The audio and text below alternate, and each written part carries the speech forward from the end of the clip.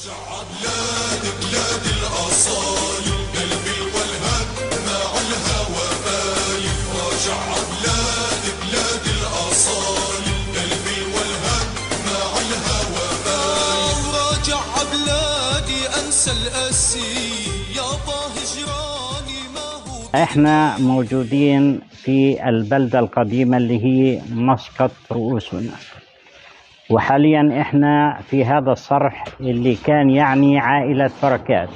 هذه البيوت القديمة التي امامنا كانت يسكنها اجدادنا،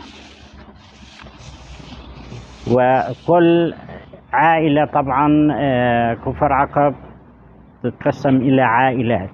عائلة بركات وهي اكبر عائلة من ناحية عدد السكان، وعائلة أبو شريف، وعائلة حباس، وعائلة عوض، وعائلة نصار.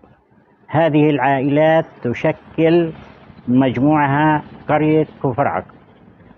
هلا كانوا عايشين أهل كفر عقب على الإنتاج الزراعي قديما، وكان عدد سكان كفر عقب سنة 1936 ما يقارب 280 نسمة فقط لا غير. طبعا قرية كفر عقب تابعة لضواحي القدس، وكل الأشياء اللي تخص القرية من أوراق وإثباتات ملكية وإثباتات شخصية كنا نتجه إلى منطقة القدس. حتى في عقود الزواج نروح نجيب عقود الزواج من المحكمة الشرعية في القدس.